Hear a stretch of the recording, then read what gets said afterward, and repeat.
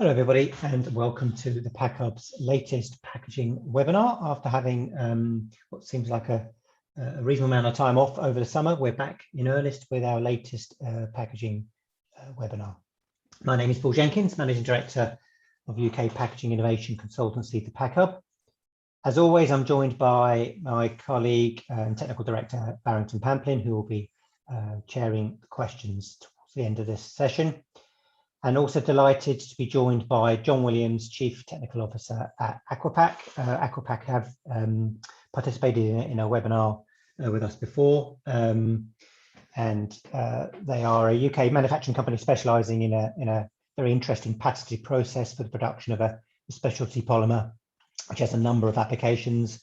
John will be discussing their non-toxic, marine safe and soluble Hydropol development and some recent new deliveries into the market. So that'd be very interesting to see that in due course. So what can we expect over the next 55 minutes or so? So the first part is a brief introduction about the PackHub and Innovation Zone. As always, we focus on a particular area, and this time we're focusing on sustainable packaging innovations. So we've selected a number of innovations from our database for your consideration. So we split that into two sections, so part one. And then John will speak about the developments at Aquapak. When he was last on, he talked about some new innovations, and now they are delivering. So in terms of fully recyclable paper packaging, what's available now, John will let us know. And then we'll split into the second part of the innovation rundown. We'll then have details of our next event later this month. So please get your questions in. You will get a link to this webinar recording post-event via email as you've registered. And all this webinar and all our webinars will be available from tomorrow at our YouTube page, youtube.com/ThePackHub. So a little bit about the PackHub for those that aren't aware of who we are and what we do. We're a packaging innovation consultancy, 4 areas of support and help for anyone interested in packaging innovation. So technical support and project management, events and webinars, packaging reports, excuse me, and our Innovation Zone packaging database. Now this is this is a searchable and easy to use resource, over 5,000 packaging initiatives and counting. We upload 20 new innovations every week from around the world. We track about 14 different languages for the word packaging and associated terms. So we're finding innovations not just from the UK, but from various different languages, French, German, Portuguese, etc. These innovations are from concept, so university type developments, to full in-market launches that you would see on supermarket shelves or online pages. Very much a global view.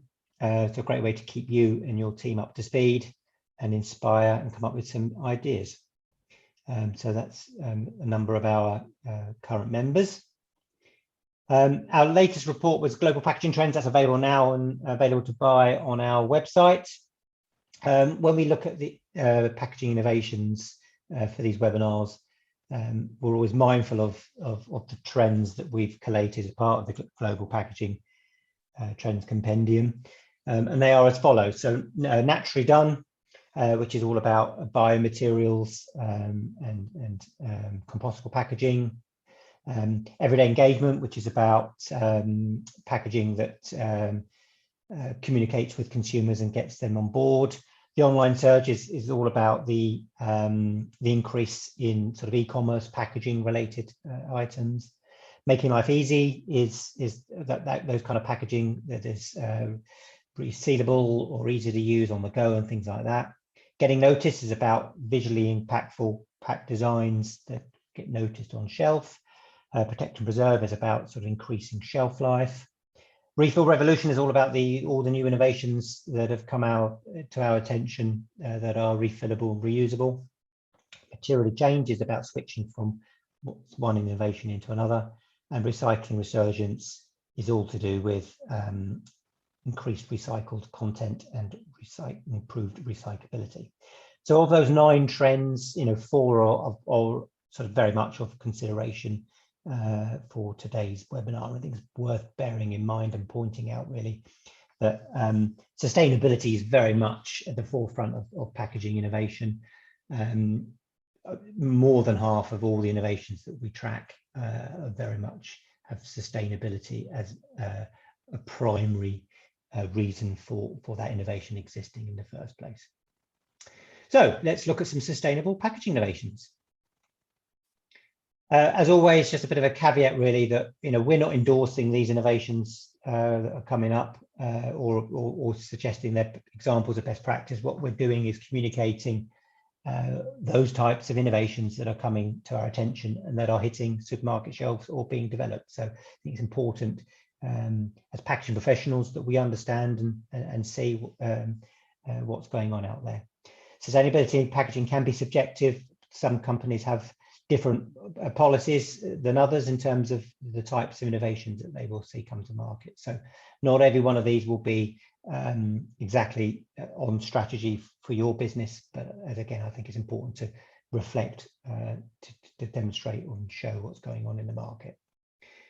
So the first one is from US yogurt brand Chobani, which has introduced a new paper-based cup with the objective of reducing the amount of plastic used.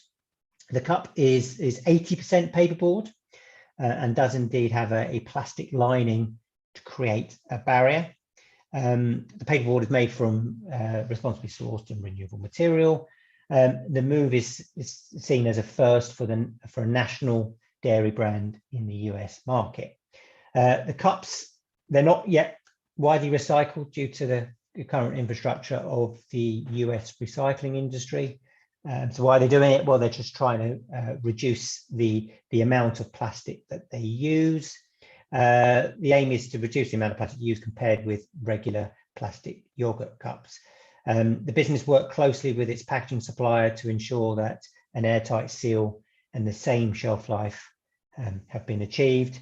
The new packs will have a new paper-based cup display on the pack, as you can see on the visual there.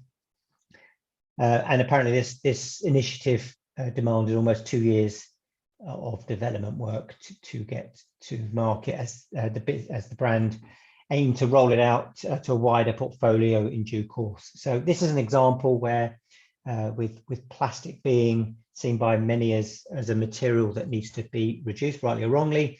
In this case, they're reducing it significantly, but it still has an element of plastic and it isn't recyclable. So not arguably the most perfect of solutions.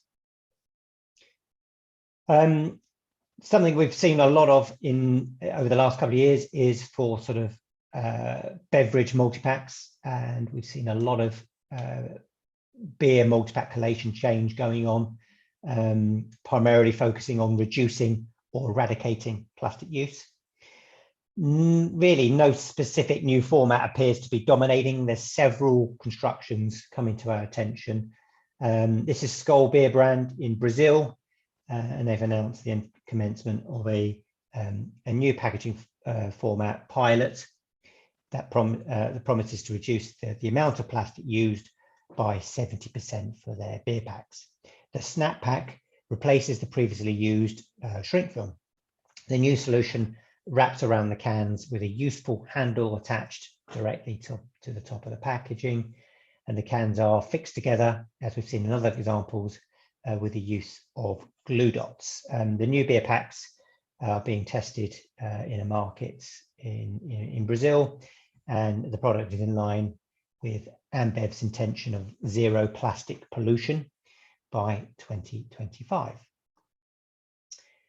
Now, Mars Wrigley have been very active the last 18 months or so, with lots of examples coming to our attention in the innovation zone. Lots of paper-based and plastic reduction initiatives. They did recently a dog treat brand which removed 23 tons of plastic. And in this case, Mars Wrigley UK has introduced a change to the packaging of their chocolate brand Maltesers. They are simply removing the black PE liner from the box and using cardboard as a mono-material solution. This then means that the box is now 100% recyclable and prevents the use and waste of around 80 tons of plastic annually, according to Mars. And it is estimated that almost 200 million Maltesers related chocolate products are sold each year. Now, McDonald's have also been very active. They've been under pressure over the years for the amount of packaging, I think it's fair to say, that is used to supply their products to consumers. And McDonald's Germany is currently trialing, in fact, the whole group is trialing various alternative packaging options in various places. In Germany, they're trialing an alternative solution in 30 outlets. The current board packaging has been replaced with thin paper wrappers, which it says equates to a saving of around 70% of material. The trial will run for a few months in order to give customers the opportunity to give their feedback on the alternative packaging. If the feedback is positive, the new format could be rolled out across all German restaurants quite quickly. Since, just as another point, since May of this year, the Deutschland burger and muck wraps have been sold in paper containing a percentage of grass rather than board boxes. They've also done things like the paper straws have been eliminated, and plastic straws have been eliminated and replaced by paper versions, and their plastic dessert packaging has also been replaced with a plastic-free alternative. And of course, the Happy Meal toys no longer contain batteries and are increasingly packed in paper. So the whole business is looking to turn around the amount of packaging that they produce and also the type of packaging they produce. So that's what's going on in McDonald's Germany. Another active area is in the toothpaste market, and we've seen a number of examples of sort of mono-material developments coming to our attention. This latest one is from DM supermarket chain in Germany. This will see all components of their toothpaste packs made from polyethylene.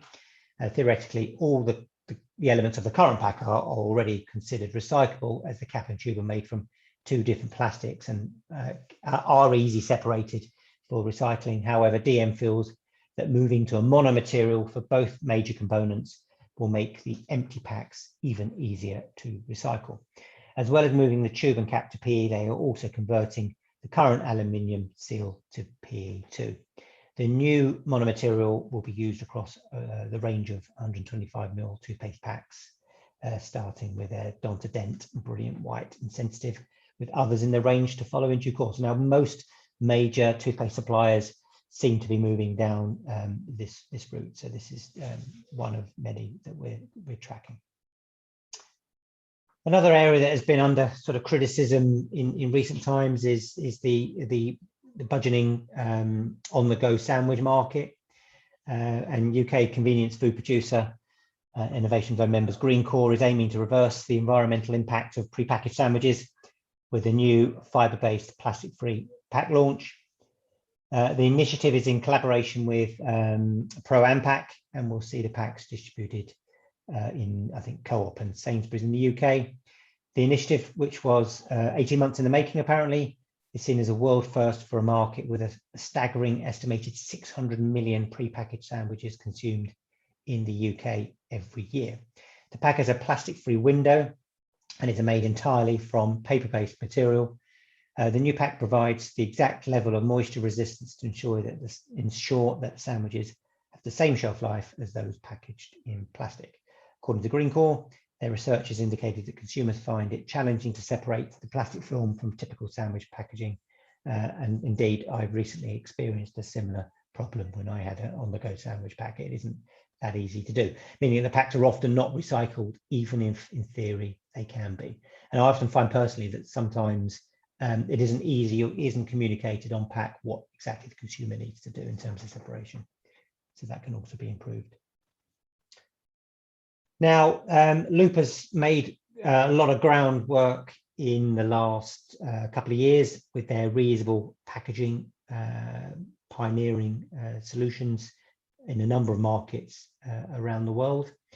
And this is a sort of different iteration of that, really. So rather than being sort of for at-home consumers, consumption, this is for office-based reusable packaging. So this pilot will see offices using bespoke stainless steel packaging for hand soap and hand sanitizers that can be reused up to 100 times.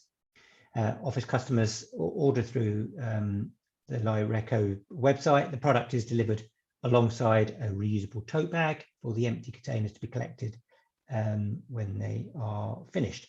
Like all Loop offerings, the packaging is taken away, cleaned, and then refilled to be used again.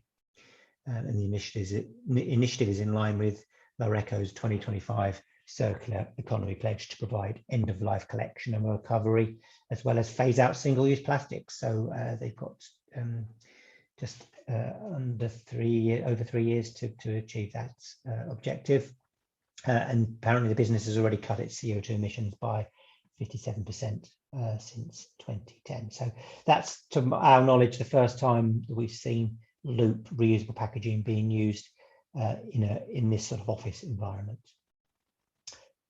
Last innovation before we hear from John is from Italian chocolate brand owner Ferrero, which has recently introduced a paper-based packaging material for their Kinder Bueno range in Italy, specifically for products such as Kinder Brioche and Kinder Delice.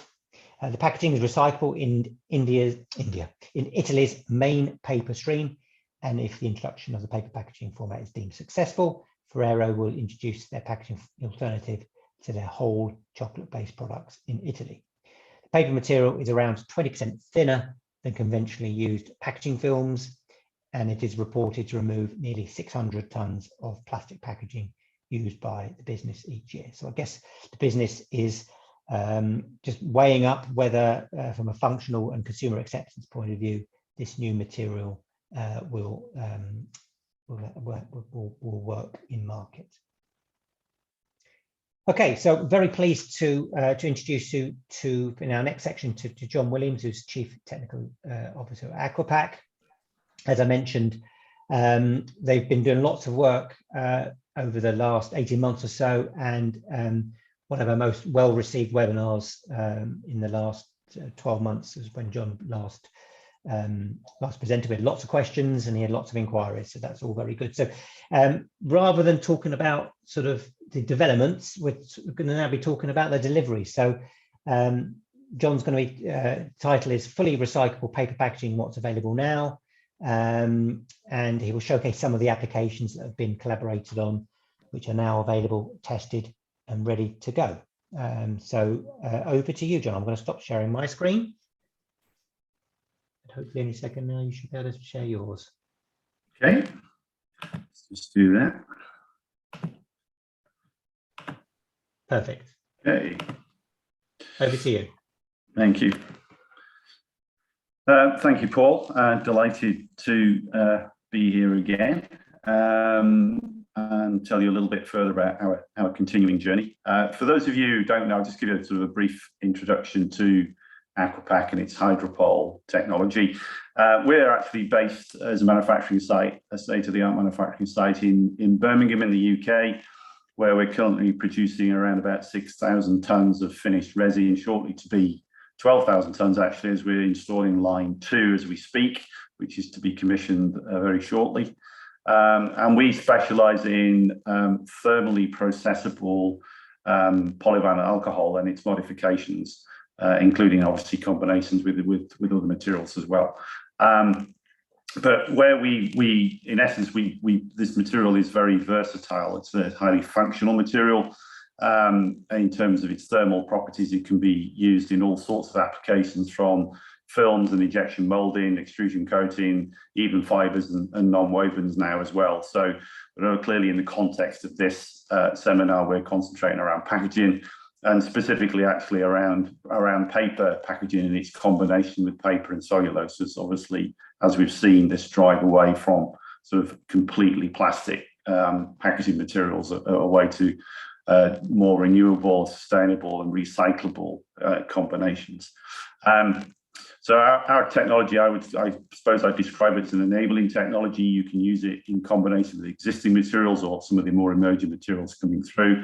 And of course, you can functionalize paper quite well in terms of making it more applicable in mainstream applications and standard packaging machinery. Just a bit of a refresher, I'm sure you've seen this already, for those of you who haven't and don't know the properties of this material.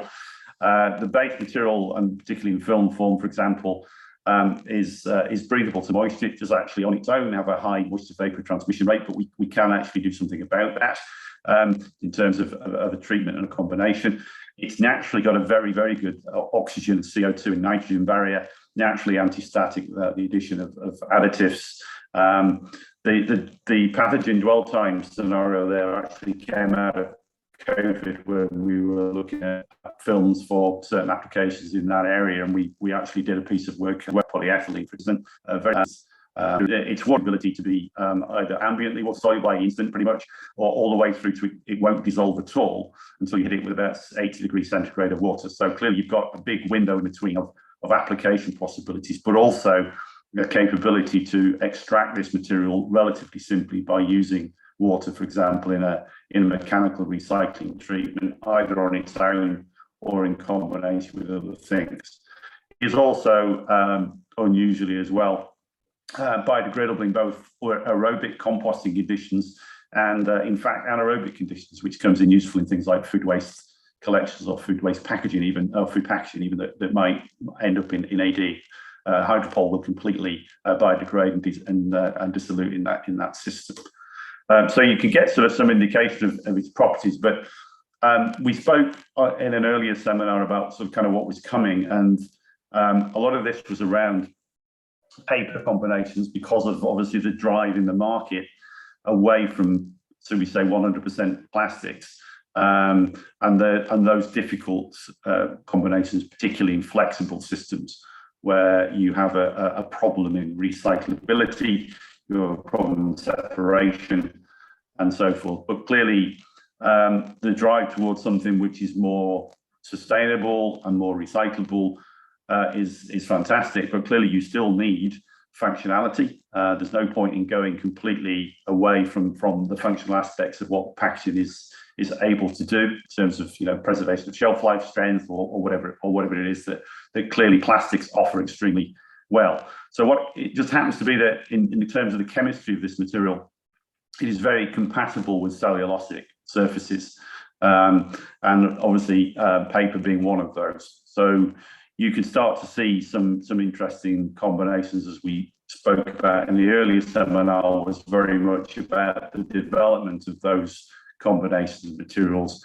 We're now in a situation where these are now in either commercial launch themselves or in pre-commercial launch in a number of areas in different combinations, either with Hydropol film or very closely following that now is also direct extrusion coating onto these materials as well, depending obviously on what structure you want to gain. You'll see one there, which is a FlexiCraft bag, which has been designed and made and perfected by Euro Packaging, which is a craft bag paper material lined with Hydropol.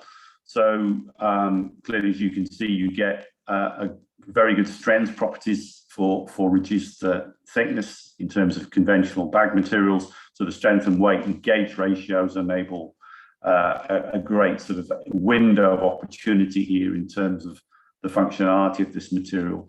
And of course, in recyclability terms, you can place this in household or commercial collections of paper recyclability, where it will go through a mill process without a problem. We'll cover that a little bit in a moment.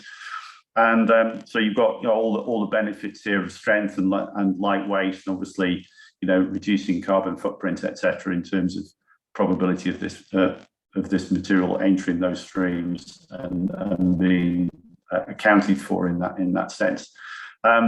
So we're very enthusiastic about this. This is one which is obviously has now been launched, and you'll see more of this. But there's a great interest in the whole market in this area, particularly around e-commerce, around the improving the materials and the obviously the message to the consumer as to what they can do with it. In fact, I've also got a real a real version here, if you can see that as well. So anybody wants any samples of these materials, they can certainly feel free to email us, and we can get samples of all the things I'm about to show you.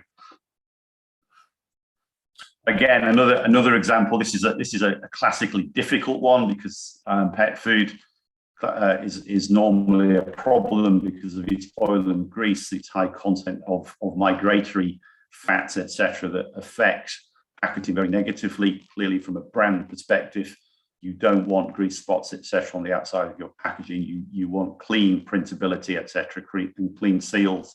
That interference with the seal, etc., is obviously not acceptable. And you want something obviously on the shelf that looks attractive to the consumer. This is where one of the benefits of Hydropol comes into play, which is its extreme resistance to oils, greases, and fats, etc., and also its heat sealability. So again, in this particular case, this is a paper bag material, which is lined with a Hydropol film in this instance, although the one to come shortly will actually be a directly extrusion coated version of this as well. In this case, they wanted the actual laminate. It does actually raise a few things which we've spent a great deal of work on in the background over the last 18 months, making sure that we not only understand the applications and functionality required, but we can completely prove the recyclability through the paper mill system. So we've worked very closely with the likes of DS Smith, for example, and we've done literally, thousands of hours of work on looking at repulpability and even looking at the wet end chemistry effects in the mill as this material enters the mill processes, and proving, of course, its biodegradation, chemical oxygen demand, biological oxygen demand. There's a huge amount of work here. In fact, we published a white paper quite recently in this area around this. And my colleague, Dr. Martin Kay, who's the expert in the recycling side, has also produced a paper even looking at the effect of different adhesives on lamination, because clearly the idea is that if these materials enter the mill wants to recover 100% of the fiber and doesn't require any contamination from anything else.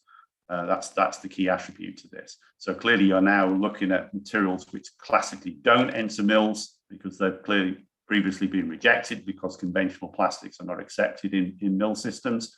Whereas this opens up the possibility to gain more recycled fiber material into the mill system. And obviously more packaging materials can enter that stream as well, which is obviously a benefit to the supply chain in general, but also is actually a clear message to the consumer in the sense that they know what to do with it, because paper recycling is generally quite well understood and mostly collected even at local authority curbside level. Again, here's some form, fill, and seal material. Clearly on some of these, I can't actually name the clients, of course, because some of the brands are driving this forward in pre-commercial tests at the moment. But again, form, fill, and seal, this is an interesting one because one of the challenges with paper on form, fill, and seal is the runnability of the material on the application equipment, as in you don't get the same running speeds, generally speaking, as you do obviously on plastic form, fill, and seal systems. When we ran these materials initially, again, this is a laminate in this instance, then what we found was that the speeds were actually very comparable to plastic form, fill, and seal systems in terms of both the speed of the seal and obviously the coefficient of friction that's required to run it at optimum values along the application equipment itself. And again, it's this end-of-life situation that is attractive in combination with the functionality. In this case, in one of these cases, they required an oxygen barrier, for example. So, and Hydropol gives you that oxygen barrier. This one, obviously, we're looking at window film. We saw I think, the innovation part earlier, sandwich skillet, for example. I think that's a great innovation using that particular material, but you have options also with Hydropol in this area. And now we also are working on one of the main problems previously with this material was its high moisture vapor transmission rate. We now have options to considerably reduce that moisture vapor transmission rate in line with for example, sandwiches or things which are sensitive to or require a moisture-based vapor barrier. So it's opened up again another section of the market. But this is another example again of a window system using Hydropol. So strong and transparent again, and you don't need to separate. It can go straight into the paper recycling stream. The Hydropol window will enter that recycling stream through the paper repulp system and dissolve completely in that repulp system, allowing recovery of the fibre and no contamination from the Hydropol itself going into the system. So no stickies, no micros, nothing like that. Everything is dealt with in the standard wastewater stream and effluent stream of the mill. And we've done that also at scale as well. So it's very, very interesting sort of to see how these things are now being developed. Now they're in the hands of the packaging designers, etc., and people are actually starting to run these things in anger and start to move towards product launches on the market. Then it's opening up actually more and more applications as well, because clearly at the end of the day we're a resin supplier, not a packaging designer or a converter. So this is now rapidly accelerating into a very interesting position indeed. Just show you the real version of that as well.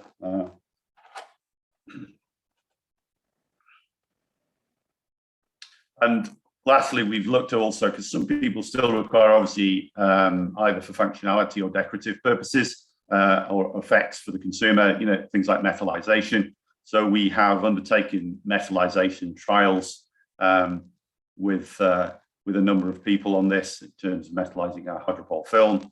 So, for example, you see one there, you can't quite see that what it is, but that's as a standard sort of metallized box. So you see it metallized Hydropol film on the outside, laminated to standard box board on this particular version.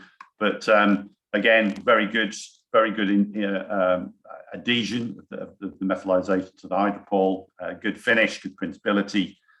So previous things where perhaps polyesters, for example, that are conventionally used in this area cause that material then to be essentially unrecyclable. Certainly a challenge in recovering the box fiber, for example, suddenly opens up that possibility as well to that. And of course, you get all the other benefits of gas barrier and transmission and so forth. And again, straight answer to the consumer: where do I place this in your paper recycling? So there's sort of a summary of some of the examples of what you're getting here. So you're driving towards a genuine recyclable position. The other factor is, of course, is that I know at the moment there is a lot of drive towards percentage of plastics allowed in these combinations, whether that's 10%, 15%, 5%, whatever it is. And then you can sort of conventionally sort of call it recyclable. Our worry is, to be perfectly honest, is if you use a conventional material, you're still going to have a problem. The mill's still going to have a problem in separation of conventional plastics in those areas, even if the minimization of that percentage on the pack is there. So what we're saying is, with Hydropol, you don't need to worry about that. You can just keep it as it is. You won't get any interference. You don't have to worry about percentage at all. You don't have to.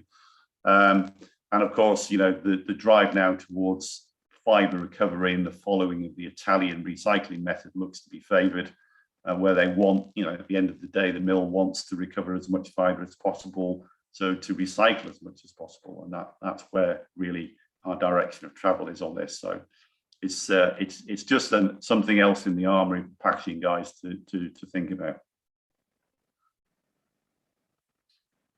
Again, we've got multiple end-of-life options, as I've covered. Obviously, repulpability is key in this sector, but conventional recycling is available. Anaerobic or compostability is available should you need it. Hydropol is a very sort of multi-end-of-life option in many cases, depending obviously on the design of the pack itself. But it's, again, you've got multiple functionality at one end and multiple end-of-life at the other. And obviously that's more detail on repulping. And again, a lot of this waste collection, waste sorting comes into play here in terms of the message and the ease of that message in terms of that, without losing the functionality of the pack. So that's it. I think you see we've come a long way in a relatively short space of time, or seemingly a relatively short space of time. But I hope that gives a flavour for what we can do. And as I say, if you need any more information or any more samples, or any samples for example, then please come to us. Thank you very much, John. We've got some questions which we'll cover off in about 15 minutes. So you've got the opportunity to explain one or two things from your presentation. But thank you very much. That was extremely interesting, as always. Now, hopefully, you can see my screen again, and we're going to crack on with some more innovations. So this is an innovation where plastic material degrades in sunlight. Now, I mentioned that right at the beginning about sustainability and judging certain innovations based on your specific strategy. So some might argue that a plastic that breaks down in this way is not the best end of life scenario. But anyway, the researchers in China have inadvertently created a plastic that breaks down in around a week, apparently. The Hong University of Science and Technology was working on development of polymer films that change color in response to pH levels. And the material on development had a deep red color, which when exposed to sunlight faded and then broke down after a few days. As the material was affected by sunlight, it would therefore not be suitable for a large proportion of plastic applications, such as bottles and plastic bags for clearly practical reasons. However, it could be used internally on products, maybe such as mobile phones and other electronic items, where the internal components are not affected by sunlight. So clearly some challenges around ever bringing that to light from a packaging perspective, but we thought it'd be interesting to show you some of the things that are being developed very much behind the scenes. And in fact, they admit themselves that commercialization of this process is thought to be years away. In a three-way collaboration with retailer Tesco and recycling experts Recoup, Heinz UK has announced the launch of recyclable packs for its Heinz by Nature fruit pouches. The pouches are manufactured using 100% polypropylene and are easily recyclable. The move to polypropylene will save an estimated 2.8 million pouches, the equivalent of 20 tons of plastic going to landfill annually, as they can now be recycled via curbside collection. The pouches have been approved by OPRL, the on-pack recycled label system, which means that the packs will be able to use that designation. Heinz intend to roll out the new pouches across all 6 varieties of their fruit pouches, as both the pouch and the cap are made from the same material, PP. The artwork of the packs will contain the message "Recycle, cap on," to alert consumers that the whole package can be recycled as one. Norwegian carton business Aquapak has announced the launch of a new aseptic carton that does not contain an aluminium layer. It's usually a major obstacle, as you all know, in the recycling of this type of packaging format. The removal of the aluminium means that the PurePack eSense reduces Aquapak's carbon footprint by an estimated 28%, while making the pack fully recyclable. Using technology from within Aquapak's portfolio and based on their PurePack Sense aseptic carton, they have managed to produce a carton that preserves product integrity, safety, and lifespan without the need for the aluminium layer. A part of their journey to become more sustainable, between 2014 and 2020, Aquapak have managed to reduce the average carbon footprint of their cartons from 32 grams CO2, equivalent to 25 grams CO2. Swedish pulp and paper manufacturer Korsnäs have launched a new paper-based alternative aimed at food producers wishing to move out of plastic. Material called SWAP, SWAPP, is designed for use on vertical form fill and seal machines and is aimed primarily at the pasta and dried food markets. And the material is said to be compatible with most FFS machinery in use today. The supplier is able to provide their industry expertise to guide and assess any customer's needs and requirements. And it is claimed that the moving to SWAP can help customers to deliver a product with much less climate impact, and is also said to have a natural tactile feel and look to enhance overall customer experience. Another innovation from Brazilian beverage brand brand owner Ambev. They've invested in a startup business called Growpack, who are producing a biomaterial made from agricultural waste, namely corn straw. So this is a vertical integration type strategy where a brand owner is buying a technology up the supply chain. It has been estimated that compared to conventional board production, this type of biomaterial uses 80% less water, reduces CO2 emissions by 50%, and reduces electricity usage by 25%. A pilot project will be started, and packaging made from the biomaterial will be available in selected outlets in Sao Paulo. Not clear what the actual packaging format is. It won't be these sort of trays that we can see in the picture, no doubt, obviously, because it's a beer brand. If successful, full-scale production could commence next year. During 2028, Ambev achieved 45% recycled content in their PET packaging, 47% in glass, and 74% in aluminium cans.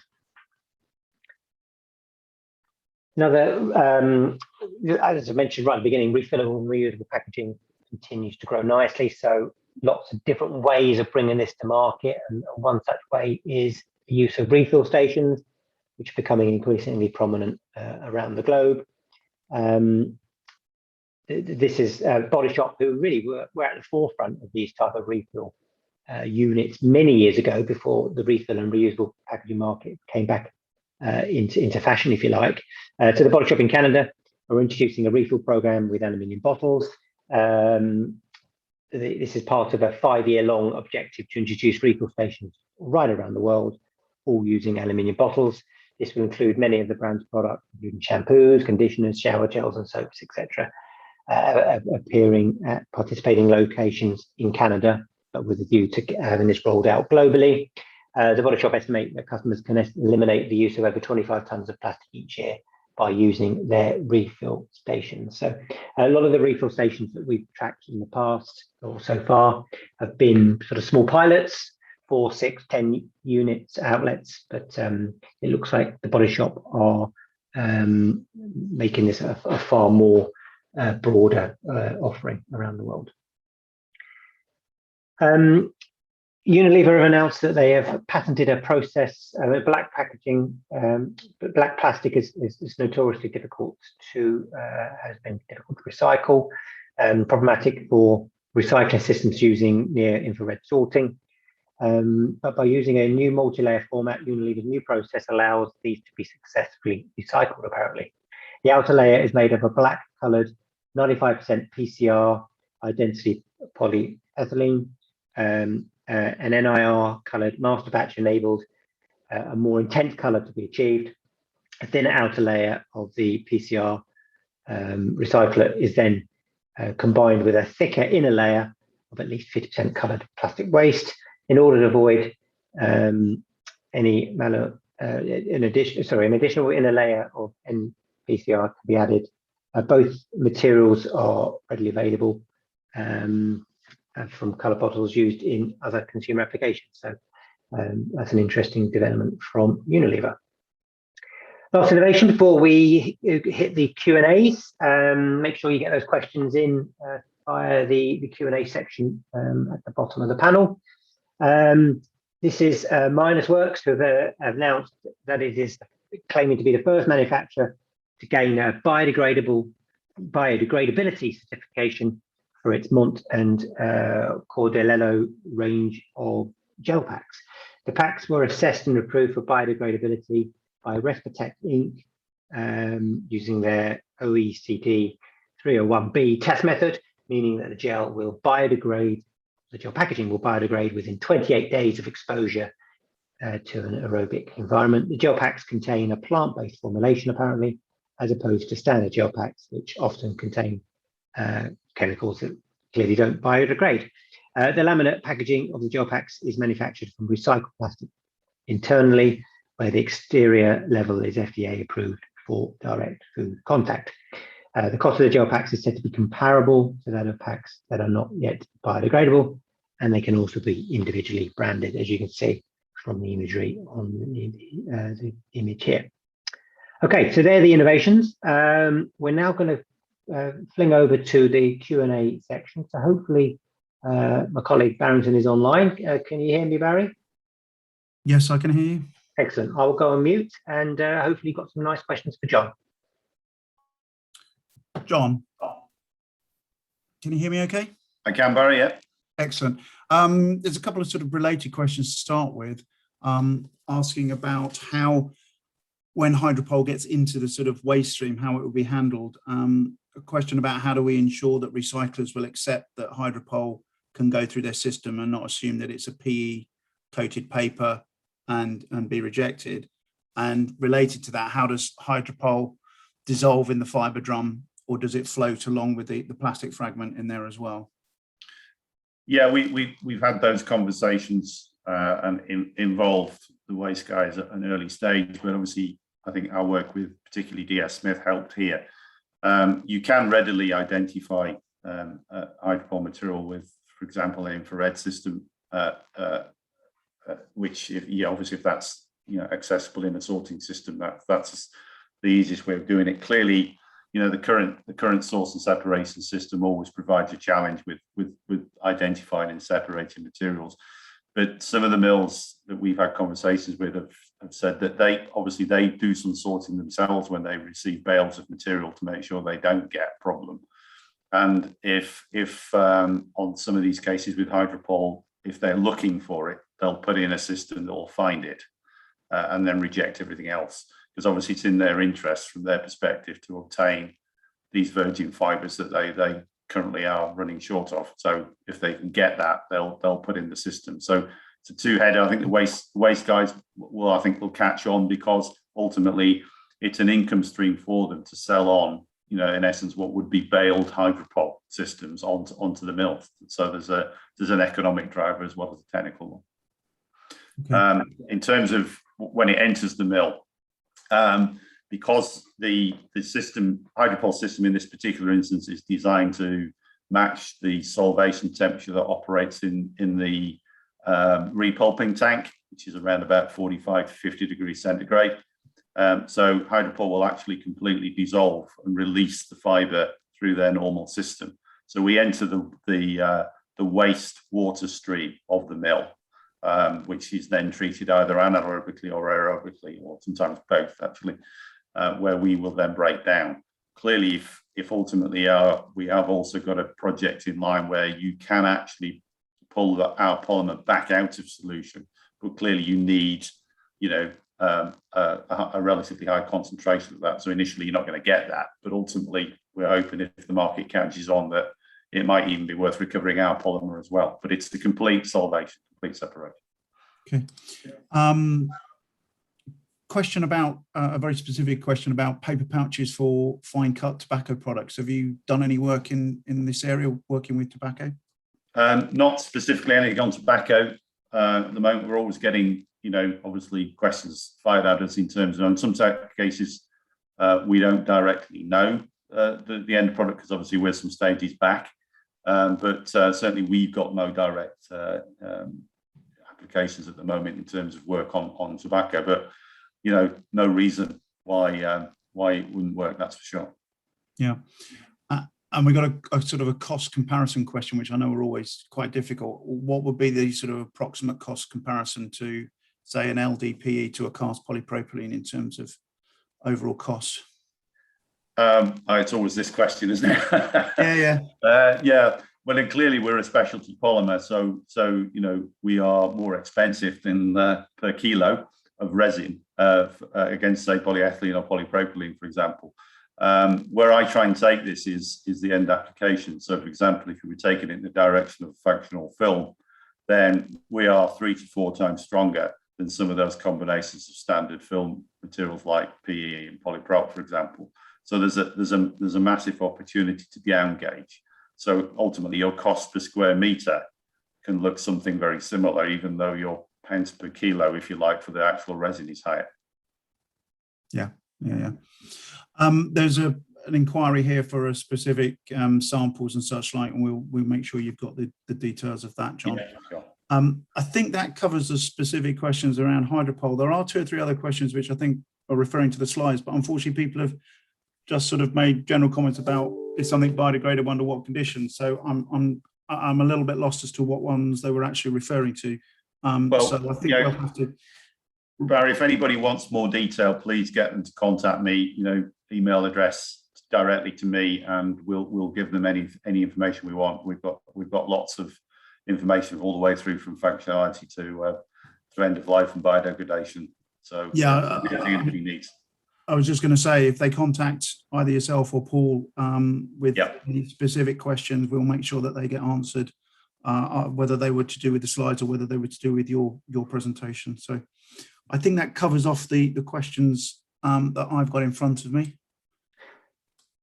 Thank you very much, gentlemen. Yes, and absolutely. We'll share John's details with the output of this webinar, including a video recording link, which will be available tomorrow. So I'd just like to thank you all for your attention and your attendance. It's much appreciated. We will be back in pretty much exactly 3 weeks time on Thursday, the 30th of September. We will have CCL Label as our guest supplier speaker. So please make sure if you haven't already, you can book on our webinar there, and we will be booking new webinars as well throughout the rest of this year. So hopefully you'll be able to attend some more in the future. So thank you all very much for your time, and we look forward to working with you again at some point again soon. Thank you.